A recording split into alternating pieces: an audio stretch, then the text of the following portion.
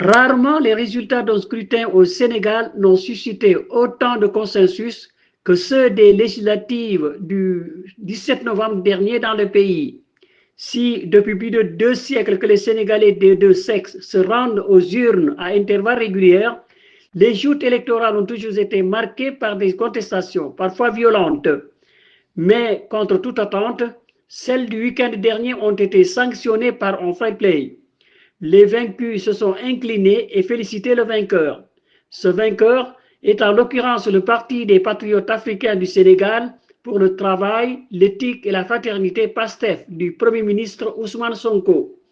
La formation politique au pouvoir depuis l'élection présidentielle du 24 mars dernier, remportée par son candidat Bassirou Diomaye Faye, aujourd'hui président de la République.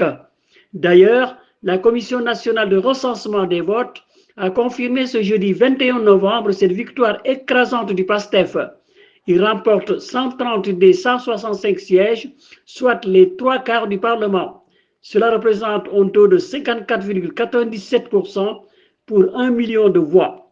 Une victoire conforme à la tradition de vote au Sénégal, où depuis 2000, le parti au pouvoir a toujours gagné les élections législatives qu'il conduit. À noter que le fichier électoral au Sénégal compte 7 300 000 électeurs inscrits.